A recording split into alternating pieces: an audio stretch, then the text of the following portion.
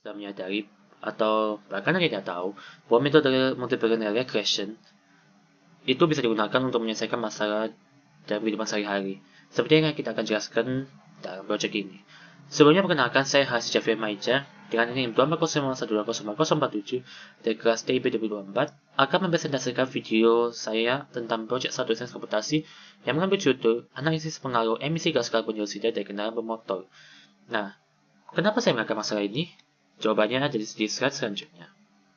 Oke, kenapa saya mengangkat masalah ini adalah kita mulai dari latar belakangnya, yaitu masalah emisi karbon dioksida.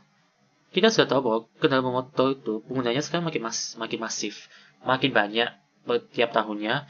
Ini meningkatkan emisi gas karbon dioksida dan gas rumah kaca yang menyebabkan pemanasan global yang secara nggak langsung memicu pencairan es di kutub dan juga peningkatan suhu rata bumi. Suhu rata bumi jika naik itu dampaknya sangat signifikan bagi kehidupan. Makanya saya mengangkat masalah ini karena saya ingin memahami faktor pendorong emisi sangat penting untuk inovasi teknologi dan kebijakan lingkungan. Data set digunakan adalah dataset Vehicle CO2 Emission Dataset yang saya ambil dari Kaggle, bersumber dari data resmi konsumsi bahan bakar dan spesifikasi kendaraan. Yang nantinya saya akan tambahkan dari referensi yang saya tambahkan di laporan. Dan metode analisisnya adalah saya menggunakan multivariate regression. Tujuannya adalah membandingkan efek variabel dengan skala berbeda secara adil. Di sini, saya punya dua variabel, independen sama dependent. Untuk independen itu saya bagi jadi dua lagi, yang continue dan kategorisasi. Continue ini dibuat z-score, yaitu data dari engine size dan juga fuel consumption combination. Engine size sebagai X1 dan fuel consumption combination sebagai X2. Dan variabel kategorisasi, yaitu bahan bakar etanol sebagai X3, regular gasoline sebagai X4, dan premium gasoline sebagai X5. Nah, di sini saya akan jelaskan nantinya bagaimana saya mengolah yang kategorisasi. Variable dependent, ini ada CO2 emissions, yaitu tingkat emisi karbon dioksida dalam 1 gram per kilometer. Data ini juga diubah menjadi z-score. Tujuan utamanya adalah menentukan faktor mana dari 1 sampai X5 ini yang paling dominan mengaruhi emisi karbon dioksida. Nah, di sini kita mulai ke bagian project. Dataset ini memiliki total setidaknya 7.396 entry. Nah, saya ambil 60 darinya untuk sampel data project ini. Dalam datanya kemudian dibersihkan dan difilter disangka variabel relevan, yaitu engine size, fuel type, fuel consumption combination, dan CO2 emissions. Nah, fun fact, untuk memfilter kategorisasi tadi, saya menggunakan formula if-else. Jika bahan bakar tersebut misalnya menggunakan fuel A, maka di kolom fuel A, saya menggunakan rumus if-else menuju pada itu, disesuaikan sama huruf yang saya masukkan, maka jika benar, dia akan bernilai 1. Apabila tidak, maka dia akan bernilai 0. Acuan data saya gunakan adalah seperti ini. Pembersihannya adalah untuk pembersihan dataset itu saya menggunakan seperti ini caranya. Jadi sini ada dataset bentuk aslinya. Jadi saya menggunakan perapiannya saya menggunakan text to columns, dibuat tabel seperti ini, dari sini segini juga. Nah, di sini masih ada variabel-variabel yang nggak cocok. Saya akan hapus make-nya karena memang dia nggak cocok dengan variabel. Terus model, vehicle class juga, cylinders yang dihapus juga. Nah, ini jangan terkecoh ya, karena ini ada fuel consumption sama dengan variabel yang saya gunakan, tapi dia beda satuan. Dia MPG, sedangkan yang kita gunakan adalah L per 100 km. Fuel consumption juga dihapus karena kita yang mau dipakai adalah yang combination atau totalnya.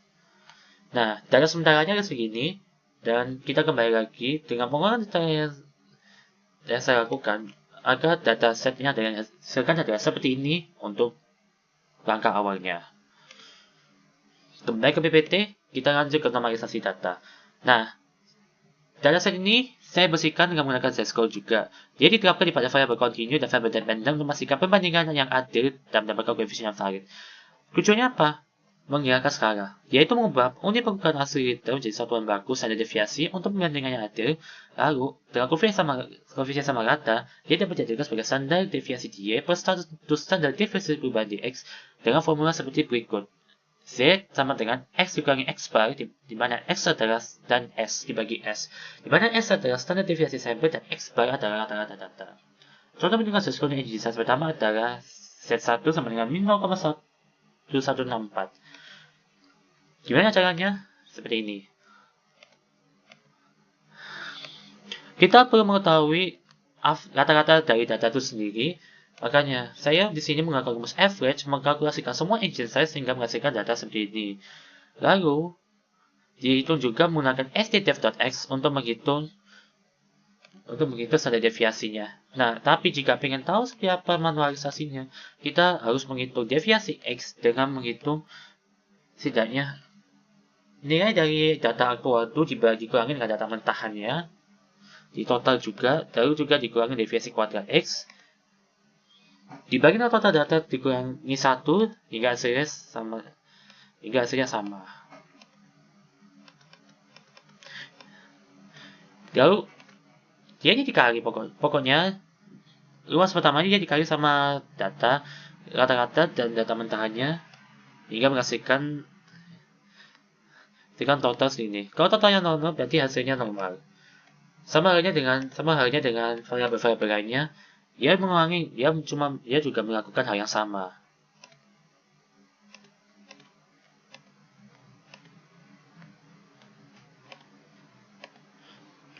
Kita lanjut ke bagian selanjutnya, yaitu pembentukan matriks. Setelah data z-score dan data dummy dikaya sesama lain untuk membentuk matriks bersama normal, kita lanjutkan langkahnya.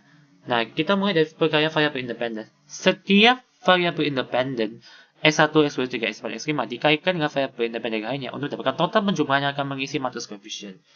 Perkalian dengan matriks variabel dependen. Nah, habis itu, variabel independen dikaitkan dengan variabel dependen untuk mengisi faktor konstanta. Gimana sih caranya?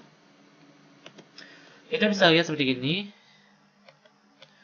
Tabel untuk perkalian matriksnya. Perlu ketahui ya, di sini yang dikalikan adalah data yang telah di z-scorekan, bukan data mentahannya.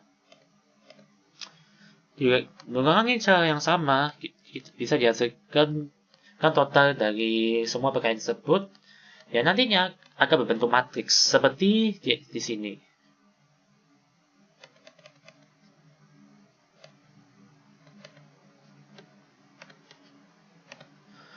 Kita mulai dengan agak susah ini. Kita mulai penyelesaian MLL dengan eliminasi Gauss. Sistem sama ini dihasilkan dari matriks normal diselesaikan menggunakan metode eliminasi Gauss untuk mendapatkan nilai koefisien terstandarisasi.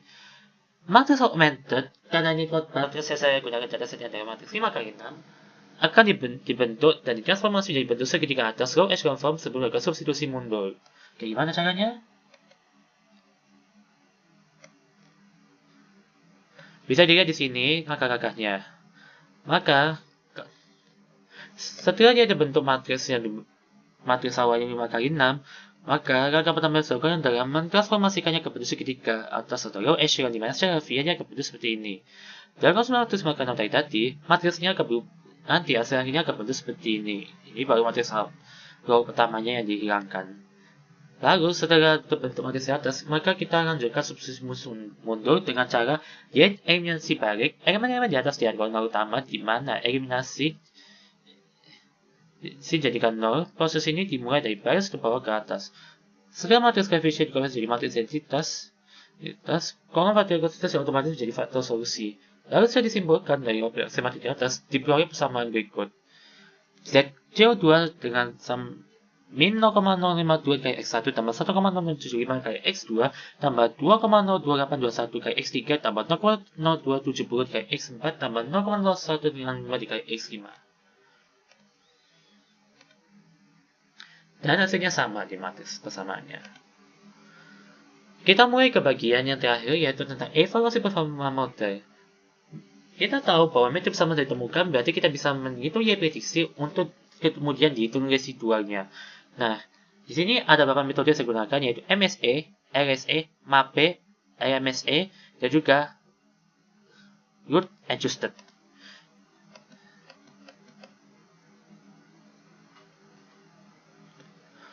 PSQ adalah metode evaluasi performa untuk mengetahui seberapa keefektifan metode peramalan suatu dataset.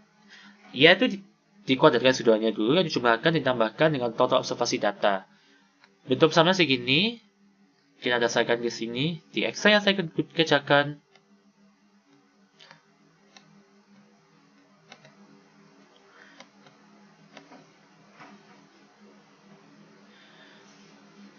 Lalu, dari total residual ini, lalu dia dibagi dengan 60, maka MSE-nya adalah 0,01110. Sedangkan untuk MSE-nya adalah, akar dari residual kuadrat tersebut, dia dibagi total data 60, maka dia akan menghasilkan 0,01047. Angka yang sangat pendek. Maksud saya sangat kecil. Selain dua metode sebelumnya, saya jelaskan juga residual standard errors. Errors adalah metode evaluasi performa multiple regression, di mana dia pada dasarnya merupakan estimasi simpangan baku. Perlu diketahui bahwa semakin kecil dari error, maka model regresi tersebut semakin bagus. RSA digambarkan sama-sama seperti berikut. Ternyata hasilnya sama sih tadi. Jangan lupa kita jelaskan mean absolute percentage error.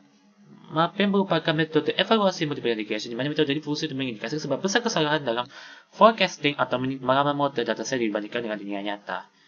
MAPE digambarkan bersamaan seperti berikut. Lalu nantinya dijadikan 100% dibagi total data. Karena di sini total data set saya digunakan dari 60, maka nantinya total pemilihan MAPE ini akan dikali 100 lalu dibagi dengan 60. Gimana hasilnya di Excel?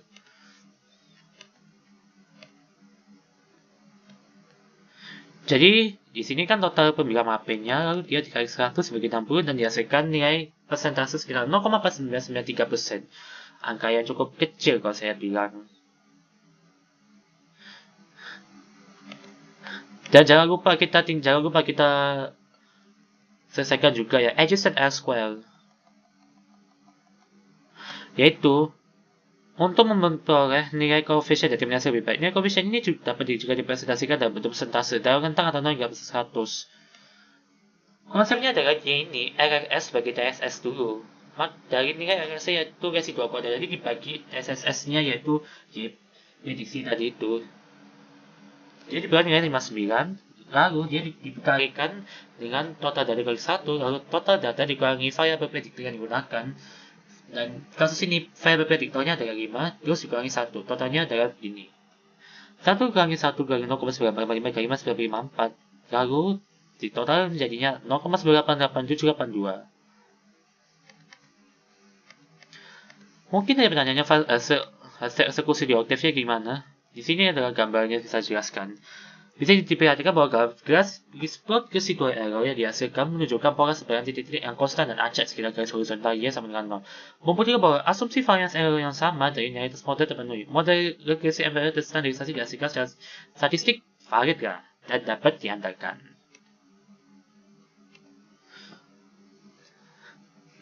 Nah, di sini saya jelaskan tadi. Dan kita masuk ke bagian terakhir yaitu kesimpulan. Nah, faktor paling dominan dari ini apa? Bahwa koefisien X2 atau full consumption combination, dia ini benar 0,675, dia ini prediktor tunggal yang signifikan dalam dataset ini.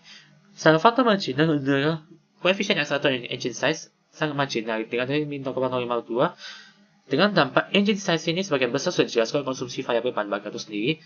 Dengan validasi model, dia terbukti sangat akurat.